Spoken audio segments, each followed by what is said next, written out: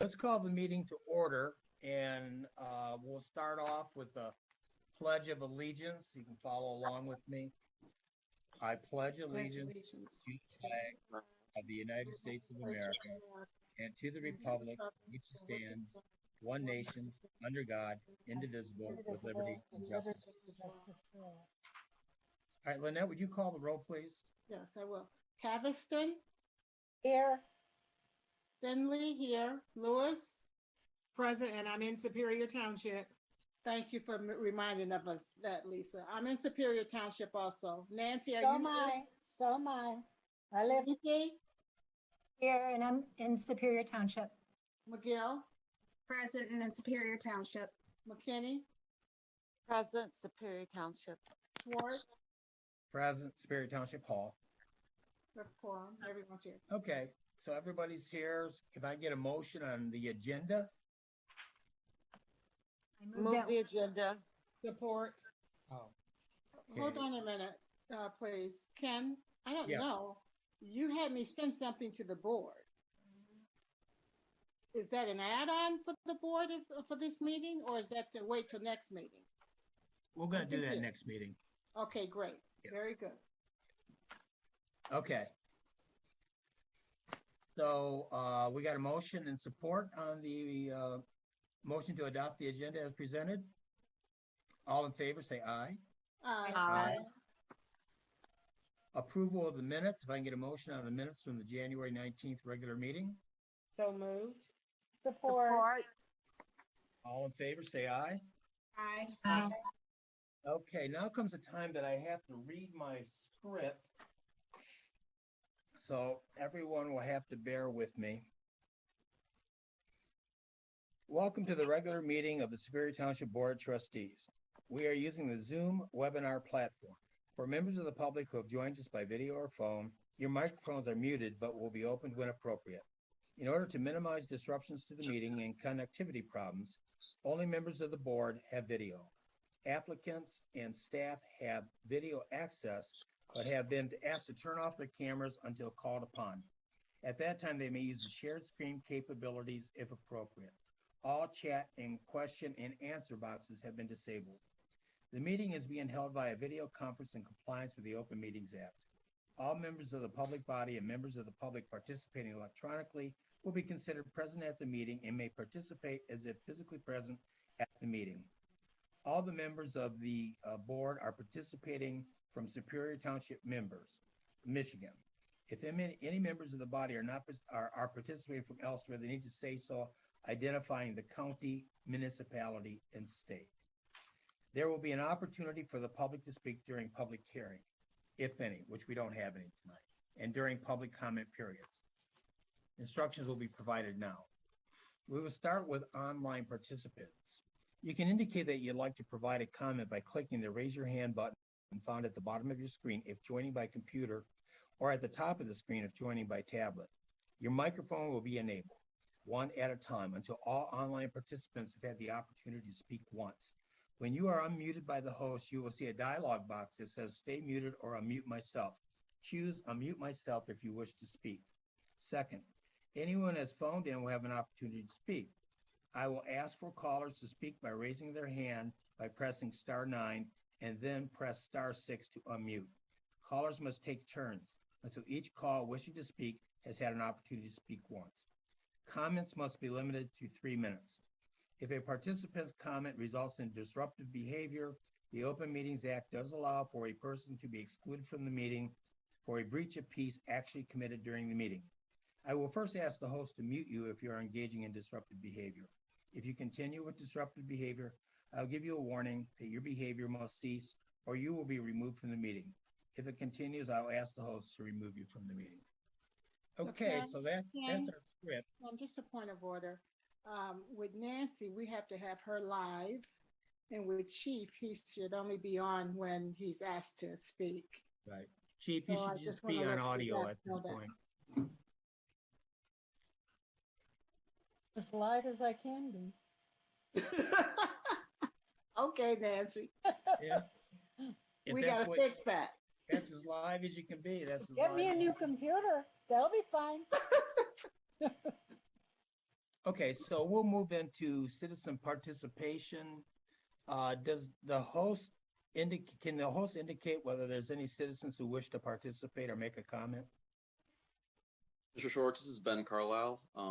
If there's anybody in the public that likes to speak, now would be the time to do so. Please raise your digital hand and I will allow you to speak.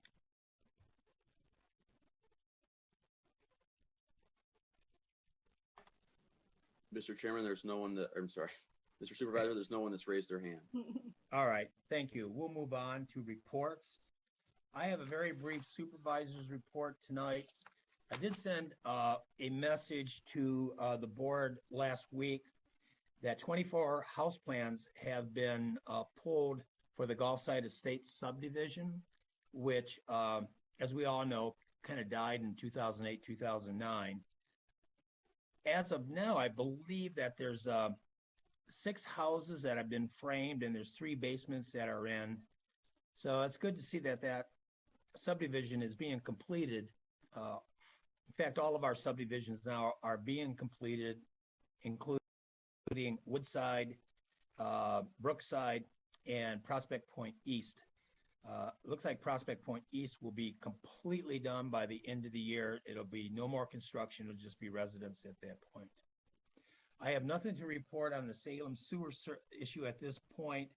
The lawyer, our lawyer, Dave Landry, he rejected out of hand the proposed settlement that was sent to us as being just grossly unfair and completely unworkable. I noticed that George Sackhoff, our engineer, and the attorney have been working together on some of the engineering issues that have arisen as a result of this case. And George will continue to work with Dave, providing the information that they need.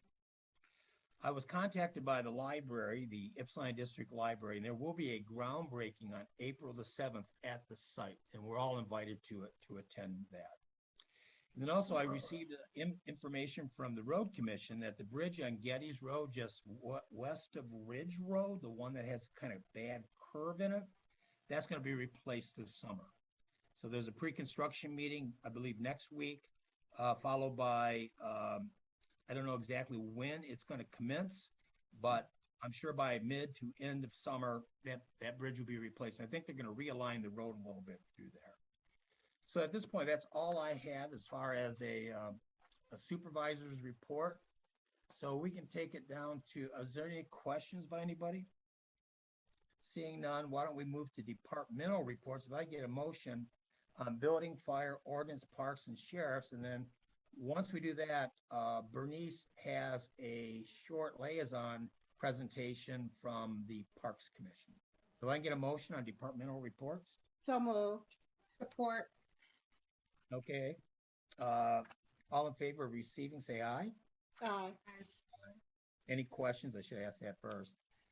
Seeing none, I'll give the floor to Bernice and she can talk about, I guess, her first experience with the Park Commission. So I had my first meeting on February 16th. Few highlights. One reported that he's meeting with the Dixboro Village Green Board about the plans for this year's farmers market. The first one's planned for May 14th. The next one was interesting. There's an invasive vegetation growth or growings in Cherry Hill Nature Preserve and in Schroeder Park.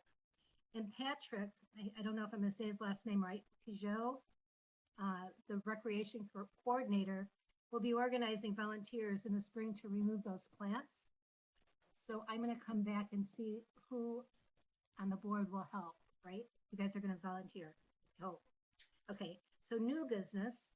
There was a little bit of discussion about increasing the stipend paid to the commission board members for attending meetings. After the input was considered, it was decided that an increase would not be pursued at this time. Their special events schedule for 21 is already planned, but because there are so many questions still about where we're going to be with COVID and the safety requirements, that may be altered.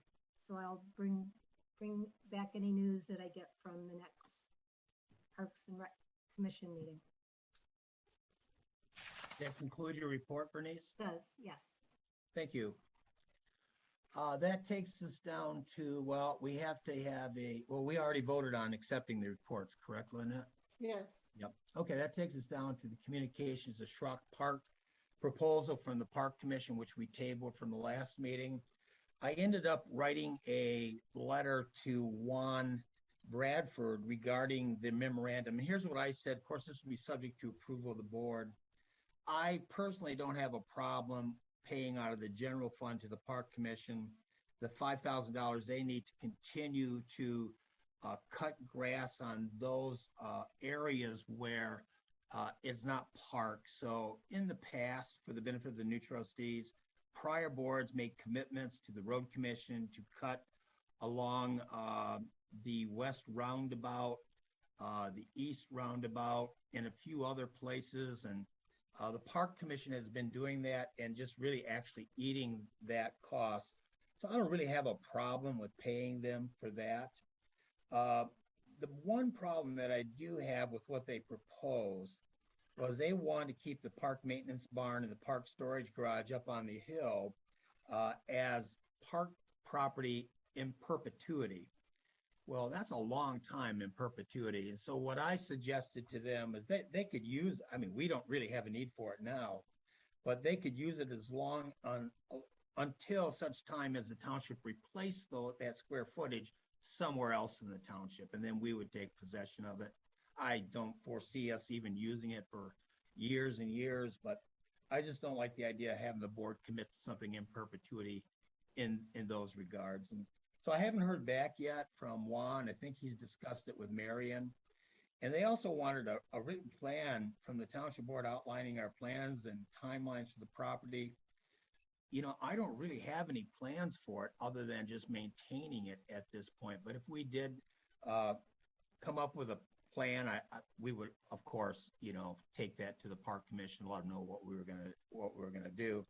The most I could think that we would do up there is maybe a little landscaping and put some gates on either entrance so that we can secure that property at night and on the weekends. So I'll wait till I hear back from Juan, and maybe we'll try to develop something, and I'll develop that in concert with the board, and maybe we'll have something in the next month or so to be able to approve or modify. Any questions on that? Okay, seeing none, we have a pretty thin business tonight, but I see that we have George on, so George can tackle some of these questions for us. So let's move to new business.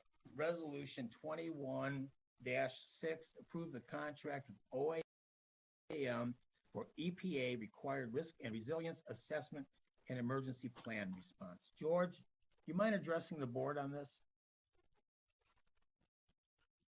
Sure. Good evening to the Board of Trustees. It's nice to see the two new board members. I don't think we've met before. My name is George Sokoff. I work for OHM Advisors. We've been the township engineer for many decades. So we assist the township with various municipal engineering needs. Nice to meet you, George. Nice to meet you both.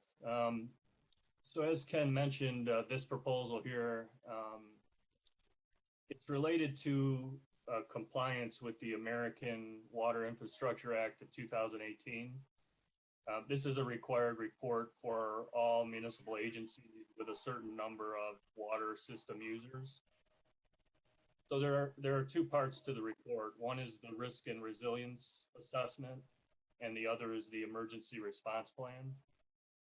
So the risk and resiliency assessment has requirements for us to evaluate, such as, you know, risk to the system from malevolent acts, natural hazards, resiliency of the piping system, monitoring practices of the system, the financial aspects of the infrastructure, and the operation and maintenance of the system. And then the emergency response plan is a little bit different, but it includes strategies and resources for improving the resiliency of the system. You know, that would include things such as physical security and cybersecurity of the system, outlining plans and procedures that can be implemented and identified for the equipment, how it's utilized, actions, procedures, and equipment, you know, which can lessen the impact of natural hazards or malevolent acts, and then strategies that can be used to aid in the detection of natural hazards that may threaten the security or resilience of the system. So, as I mentioned, it's a report that's required of all municipal agencies, depending on how many users you service with your water system. Some of these reports were due last year, some are due this year. For your water system size, the risk and resilience assessment is due by June 30th, and the emergency response plan is due by the end of the year. I'd be happy to answer any questions you might have on our proposal. Yeah. So George, this is compulsory reports and plans that are required by the federal government? That's correct. Yeah. This one particularly through the EPA. Sometimes they're through Eagle. This one particularly is through the EPA requirements. Right.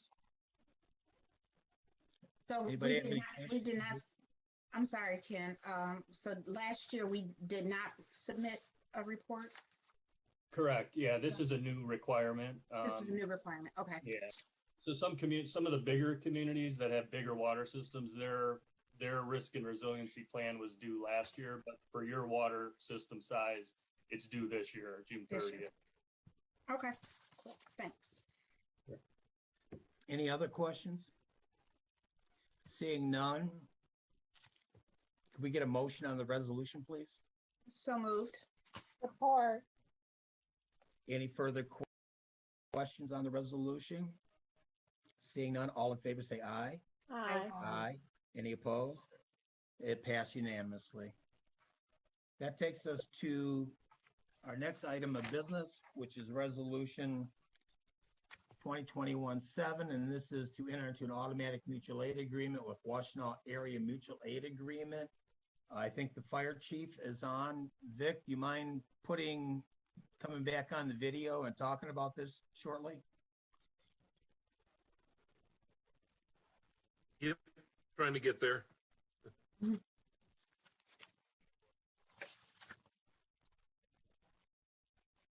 Okay, can everybody hear me?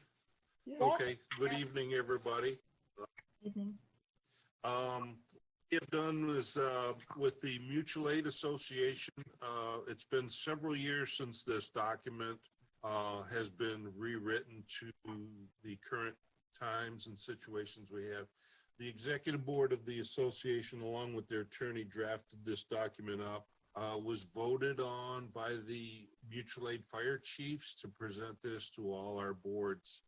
This is a document that is required for our insurance as well, to give us our ISO rating. Also required for our grants and also for our agreement to all the fire departments within the county. So what this document is if like Dexter needs a tanker, we would send him a tanker, vice versa. So it's now a written document that we need to have approved by each individual township board or city council. It's fairly lengthy. It talks about all the different emergencies that we go on, along with the hazmat team and our box alarms and technical rescue and reimbursements if there's any charges for the service and that kind of stuff. So what I'm asking for the board, so we can continue on, is to approve this agreement with the Washtenaw County Mutual Aid Association. Well, Vic, it's been moved. Has it been supported? Support. You know, Vic, what I think the best benefit for the community is, in the event we had a bad structure fire, we would get help from wherever we needed it.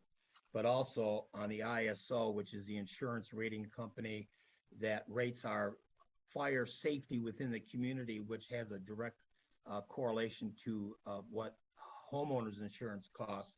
By having this will help keep homeowner and fire insurance down in the community. I will note that we don't usually request much mutual aid coming into Superior Township. And the last week we went out to Salem today for a large barn fire, and we went to Ypsilanti Township on Friday where there was a fire on the 6th floor of Clark Tower. So we seem to run more than we receive, but you know, we're all in it together. If the time ever came that we had a bad fire, and we've had them in the past, we would be able to receive mutual aid from everywhere in the county. So I think That's it's, correct. yeah, it's just something that we should pass. It's for the benefit of everybody. Totally agree. Anybody got any questions for the fire chief? Seeing none, I'll call the question. All in favor of approving resolution 2021-7, say aye. Aye. Aye. Any opposed? None, it's unanimous. That takes us to, Thank you. thank you, Thanks. chief. Thanks. That takes us to resolution 2021-8, and this is approve a contract with OHM for Michigan Natural Resources Trust Fund grant. This is a small contract for $5,000 with OHM. And the purpose of this is for them to get the application to the Natural Resources Trust Fund for helping us develop and get funding to develop a path from the Dixboro House Restaurant all the way to Plymouth and Dixboro Road, and then up over to Marshall Park or Marshall Preserve, whatever it's called over there. We've So already got. moved, Ken, so moved. Or, Okay, I was gonna say, I had a meeting with, a Zoom meeting with the Ann Arbor Township supervisor, 2 weeks ago, and she indicated that, they have the bid out, the specs out for bid for the, path that they're gonna construct from Mathai Gardens all the way up to Plymouth and Dixboro Road. They expect construction to start sometime this summer on that. That'd be great for Nice. people who live in Dixboro. For sure. George came on, so it looks like he has something to say about it. Just a quick note. There is as part of this grant application, there is a resolution and a public hearing that needs to take place at the next board meeting in March. So Clerk Finley, I'll coordinate with you on that in the coming weeks. And we'll get that done in the March board meeting. Sounds great. Thanks, George. Great. Okay, so we have a motion and support on the table. All in favor of approving, say aye. aye. Any opposed? None. It's unanimous. I just want to say, make a comment that I'm really glad that we're moving on with this because it's been a long project and we're finally getting there after so many years. So I'm really pleased about that. You talking about the Dixboro Trail, Brenda? Yes. Yeah. Mhm. So for the benefit of the two new trustees, we applied for a Connecting Communities grant, I think in 17, where we received money for the preliminary engineering for the path from the Dixboro House to Cherry Hill Road. This will be, in my understanding, will be to complete the engineering, but also to help fund the construction. There will be a match, obviously, and we'll figure out where we're at. Once we have an application put together by OHM, we'll know what our match will be and how much we're going to be requesting. There's more constitutional amendment that was passed in 2020 that allowed for a higher percentage of the Natural Resources Trust Fund to be devoted to infrastructure projects. So it used to be that so much was that I think it's 75% had to be dedicated. Plans, 25%. I could be wrong on these numbers for development. And now I think it's 50-50 or there's a new ratio, but there'll be more money for infrastructure development. Yeah. Just Awesome. one other quick note, as part of this grant application, they require connectivity to a park, and that's why we're doing the connection to the Marshall Nature Area. Previously, like Ken mentioned, we had looked at a route only up to Cherry Hill Road, but Right. as part of this, it's going to go further west and actually up Dixboro a little bit. So, Yeah. That'd be great. Okay, thank you, George. So that takes us to resolution 2021-9, and this is approving the Connecting Communities Grant Agreement with the county parks. So this is a reimbursement grant. So as we spend the money, we can get reimbursed in the end for up to $125,000 for planning and contract administration on the Prospect Road Right. pathway. Right. I think Brenda had a hand in getting us this money. Okay, Yes, I we didn't did. vote on, I don't think we voted on 21-8. Yeah. It I was made, unanimous. I made the motion, Lynette. Right. You made the And I motion, but second we it. didn't do a vote. Oh, the full Did vote. you move on, Ken, to the next one? I did, moved but on to I 9. thought we had voted on it, but if we didn't, let's go back and take care of that. So I'm gonna call the question on resolution 2021-8, which is the resolution to approve the contract of OHM for the Michigan Natural Resources Trust Fund grant. All in favor, say aye. Aye. Okay, Any you did opposed? vote on that one. None. So it's unanimously approved. So now we can go on to the Connecting Communities Grant Project Agreement. I think it's, you know, we all know what this is about. It's being able to get reimbursed for the work Right. that will be done on the up to 125,000 on the Prospect Road path. So, Exactly. so we have a motion and support. So on the- moved, so moved. Okay, We have it on the table. So are there any questions regarding this? Yeah, I just need a little bit of clarity. Where exactly on Prospect Road is this pathway? Okay, so I'll give you a little more than you asked for, Rhonda. We applied with OHM's help in 2020, actually started in 2019, and was approved in 2020 with SimCog to get a grant for the construction of that path, and we were awarded $430,000 towards construction. Prior to that, we got a Connecting Communities grant from the county for some of the preliminary engineering on County the parks. county parks on the proposed path. And we got 48,000 between the Prospect and Dixboro paths. And now, then we applied for a grant from the county parks back in the summer to get reimbursement or a grant for us to help pay for the contract administration and planning and engineering for the Prospect Road path. It will go from the corner of Geddes and Prospect down to the corner of Prospect and Berkshire. It's about 1,700 feet, but it's going to be there's going to be a very long bridge in there, and they have to be built to really a standard where you can, pick up trucks across them. And there's a high bluff on the one side, so they're gonna have to engineer around that. So this is all helping us out with all this. We collected close to $600,000 in grant money for this Right. project. That'd be great. Awesome. Okay. Yeah. Any other questions? No, thanks for that clarity. You're welcome, Rhonda. All right, so let's call the question. All in favor of resolution 2021-9, say aye. Aye. Aye. Any opposed? None. It's unanimous. And that takes us out of our business, and we're gonna go to bills and payments and records. okay, you have one more thing in business. Boards and commissions. Oh, reappointment. God, yeah, I'm sorry. It's okay. All right, so these are our annual appointments for some people for Planning, Zoning Board of Appeals, and Dixboro Design Review Board. Some of these slipped through the cracks last year because of COVID, so we need to reappoint these people.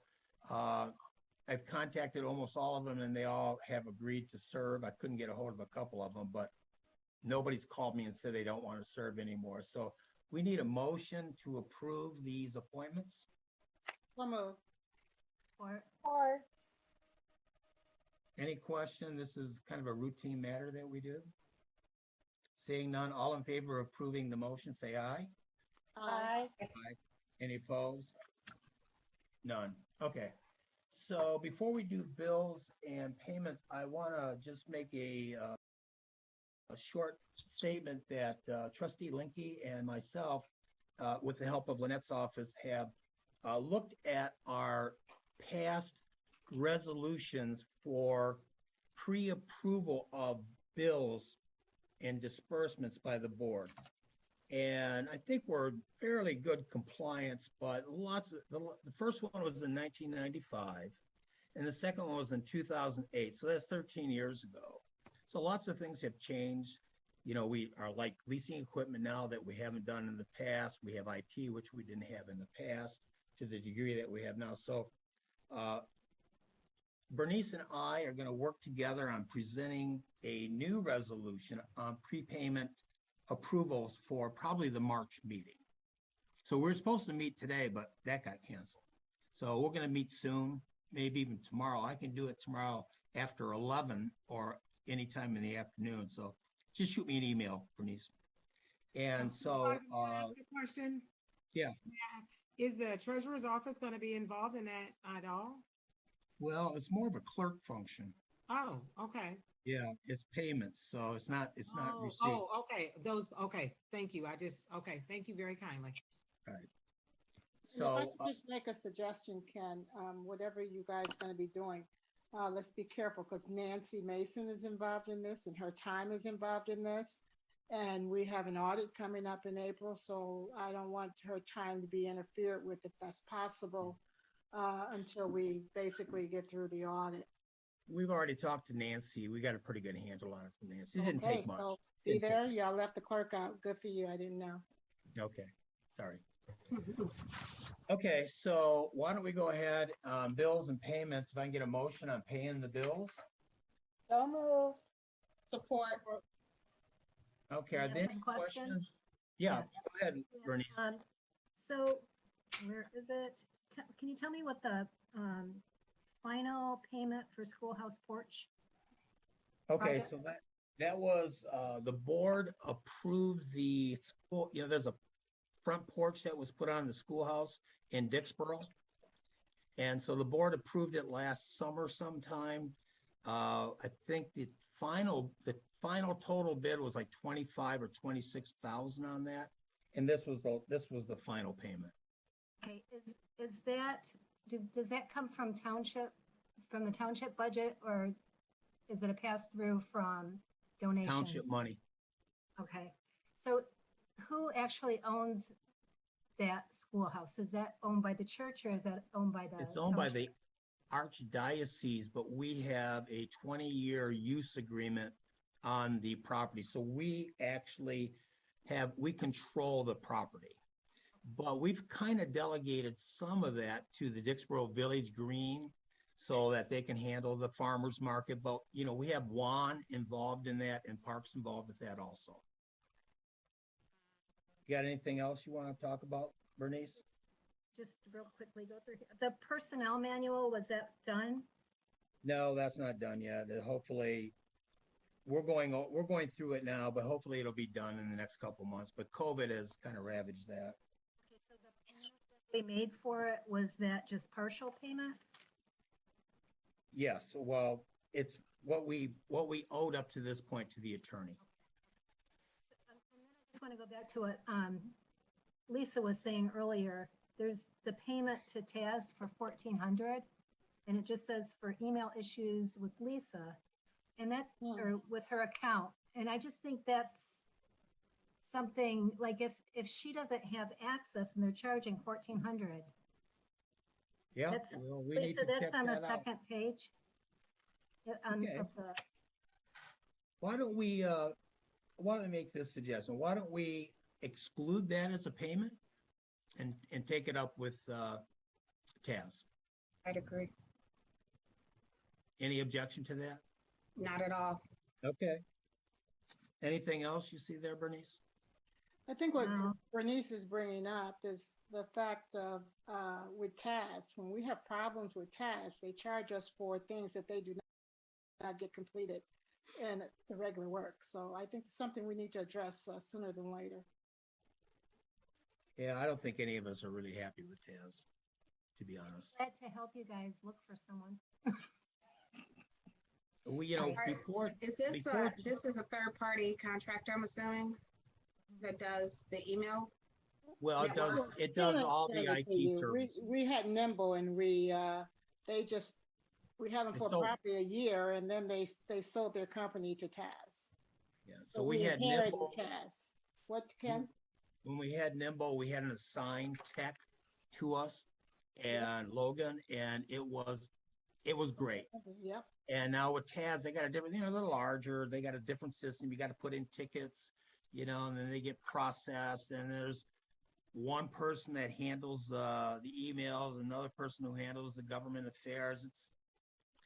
No one's really happy with them, but it's something we're probably going to have to discuss about going out for a bid on it, or not a bid, but going out for a request for a proposal on that. I did get information from the county on doing a request for a proposal, so maybe we can talk about that. But when we approve the bills, let's exclude the email issue, and we won't pay Taz, and we'll deal with it. So moved. Or, Okay, so we're moving the bills with the exception of the 1410 to Taz. Are there any questions? Well, I just want to make one more comment about Taz. If you look at, I think it's the fire fund, they added a printer to a computer and charged it was $80 to add a printer to a computer. That just doesn't, they did that for free. yeah, I mean, it's just, Well, that's one of their cheapest charges, so, Yeah, that's So a I just- bargain. Thank you. yeah. Anyway, But yeah, we need to address that sooner rather than later. Yep. Okay, so we got a motion and support on the table, Lynette? Yes. Okay, any more questions at all? Seeing none, all in favor of approving, say aye. Any opposed? None. Okay, that takes us to pleas and petitions. Ben, is there anybody that is currently raising their hand that might want to make a plea or petition to the board? Mr. Supervisor, there is no one right now that's raising their hand. All right. Is there anybody on the board that wishes to make a plea or petition at this time? Other than it warms up outside? Yeah, with all the snow. With that one. Okay, seeing none, need a motion to adjourn. I'll move. All right, all in favor, say aye, aye. Bye. Thank you. Be safe, Bernice, everyone. send me an email about tomorrow. I will. Okay, all right, good night, everyone. Good Good night. night.